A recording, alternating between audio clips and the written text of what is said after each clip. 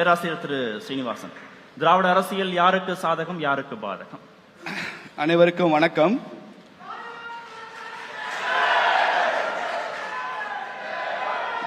திராவிடம் பற்றி பேசுவதற்கு இந்த குமரி மண்ணை தேர்ந்தெடுத்த புதிய தலைமுறைக்கு எனக்கு வாழ்த்துக்களை சொல்லிக் கொள்கிறேன். கடந்த 75 ஆண்டு கால வரலாற்றில் திராவிடத்தை ஒருபோதும் ஏற்றுக்கொள்ளாத ஒரே மண் இந்த குமரி மண். ஐயா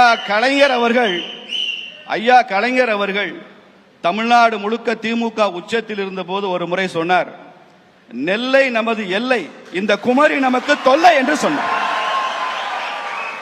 இந்த கன்னியாகுமரியை ஒரு தொல்லையாக பார்த்ததுதான் திராவிட இயக்கம் என்பதை தம்பி பிரசன்னா அவர்களுக்கு நான் சொல்லிக் கொள்ள விரும்புகிறேன்.